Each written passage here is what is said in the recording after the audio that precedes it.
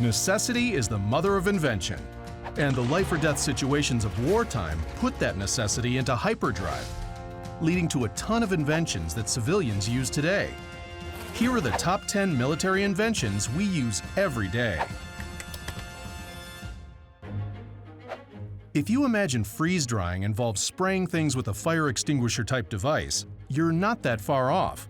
The process was developed independently in the late 1800s and early 1900s by several European scientists, including Richard Altman in Germany and Jacques-Arsène d'Arsenaval in France.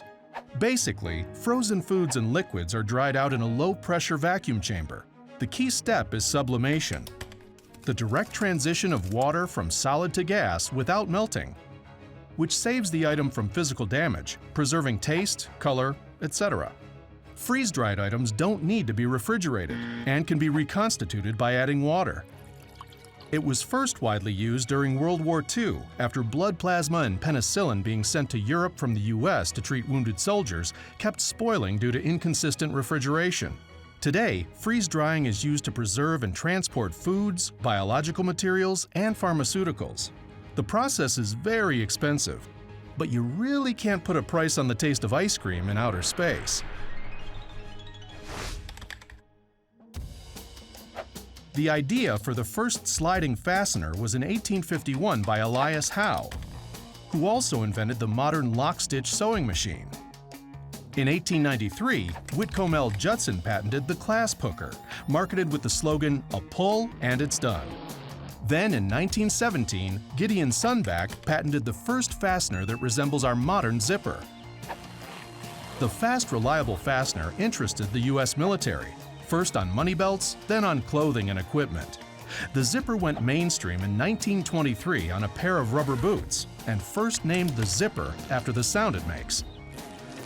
From there, it steadily gained popularity in fashion, and in 1937, Esquire dubbed it the winner over buttons in the Battle of the Fly on men's trousers, saying it excluded the possibility of unintentional and embarrassing disarray.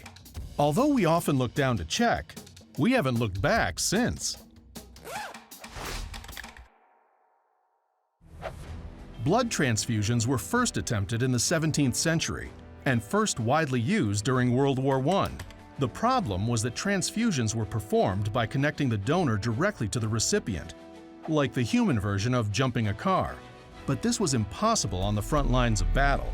Then, U.S. Army doctor Oswald H. Robertson and his scientist colleagues discovered a way to preserve blood with a sodium citrate solution and refrigeration, making drawn blood usable for up to 4 weeks. In 1917, Robertson set up the first blood bank on the Western Front in Europe, transfusing blood from refrigerated flasks directly into wounded soldiers. The practice caught on and saved thousands of lives. The first site of a non-military blood bank was in Leningrad in Russia in 1932, and the U.S. government initiated a national blood collection program in 1940. Another invention out of World War I that sparked a true societal shift is sanitary napkins. Cotton was the primary material for dressing wounds on battlefields in World War I, but due to the extensive carnage, supplies were running low. Allied doctors experimented with a number of alternatives, even shipping in moss from Canada, until the Kimberly-Clark Company developed a material from wood pulp that they named Cellucotton, which was highly absorbent and inexpensive to produce. The company claims that during the war, it produced 380 to 500 feet of Cellucotton per minute. After the war, the company was searching for a use for their sudden surplus of the material. They began receiving letters from Red Cross nurses who had been using the disposable Cellucotton during their periods, replacing the hand-sewn cotton pads they used. In 1920, Kimberly-Clark produced its first consumer product, Kotex Sanitary Napkins, Kotex being a nickname for the cotton-like texture. As America settled back into post-war life, Kimberly-Clark continued experimenting with uses for its Cellucotton. In 1924, they ironed out the weighty material into thin sheets, tweaked the ingredients, and used different pulps to produce a thinner, softer tissue. It was marketed as a disposable cold cream and makeup remover that was endorsed by Hollywood and Broadway stars. The product was called Kleenex, to be associated with its popular older sibling, Kotex. In 1926, they began receiving letters from people who were using Kleenex as a disposable handkerchief. A newspaper ran a poll asking what people's primary use for Kleenex was, and over 60% responded that they used it for their runny noses. By 1930, the marketing for Kleenex had fully shifted to noses, and sales doubled in the first year. Although they would have tripled if they had used my slogan, "Forgetting your Kleenex? It's not a good idea." Many great inventions were created by accident: penicillin, chocolate peanut butter cups, superglue. During World War II, a team of chemists were trying to create a clear plastic for precision gun sights. One substance they concocted was extremely sticky, bonding to almost any substance. It was useless for their project, but one of the chemists, Harry Coover, didn't forget it. In 1951, Coover was working on jet plane canopies and upon resurrecting the substance, discovered it didn't require heat or pressure to permanently bond virtually any two items together. He immediately began developing it for commercialization, and it went to market in 1958, later named superglue. It made its way to the battlefield during the Vietnam War, where medics sprayed it to seal open wounds, veins, arteries, and more to stop heavy bleeding, saving thousands of lives, making it arguably the world's first inanimate superhero. Finally, an answer to the age-old question: is it duct tape or duct tape? Turns out, it's both. During World War II, Vesta Stout was working in an ammunition plant and noticed that the paper tape used to seal ammo boxes were difficult to open. A big problem for soldiers trying to open them in the heat of combat. She suggested a cloth-based waterproof tape, but her superiors ignored her. So she wrote a letter to President Roosevelt about the issue, including diagrams of her tape idea. Convinced, FDR ordered Johnson & Johnson to develop the tape right away. It was an immediate hit with the soldiers and was initially named duct tape because it incorporated a type of canvas called cotton duck. During peacetime, it was used so often to seal ductwork that it was renamed duct tape, and the color was changed to match HVAC systems.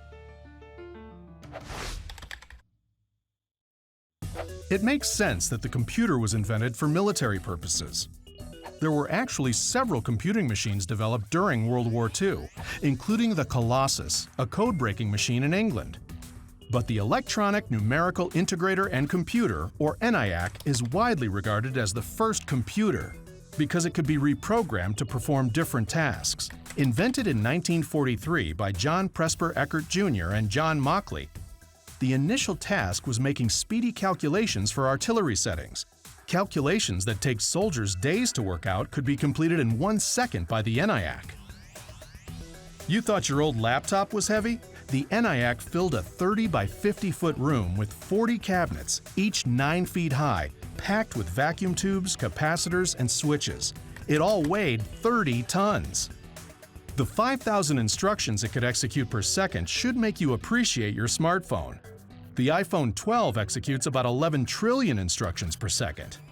Nice. Where would we be without GPS? Nobody knows. The forefathers of GPS, Global Positioning Service, were scientists at Johns Hopkins in the 1950s who realized that through sound frequencies, the locations of receivers on the ground could be tracked based on their distance from Sputnik, the world's first man-made satellite. Knowing this, the Navy developed a satellite navigation system to locate submarines. In 1978, the military launched the first 24-hour navigation system called Navstar. This technology would evolve into the GPS we know today. Everything changed in 1983 when a Korean passenger plane accidentally flew into Soviet airspace and was shot down. Ronald Reagan claimed the GPS could have prevented the tragedy and declared GPS should become available for civilian use. Worried that nations with bad intentions would take advantage of the technology, GPS signals were purposely degraded until 2000, when the military leveled the playing field and personal GPS got 10 times better overnight, to the horror of paper maps. No, the EpiPen was not invented for soldiers with peanut allergies. Sheldon Kaplan invented the combo pen for the U.S. military in the 1970s as an auto-injector for a nerve gas antidote.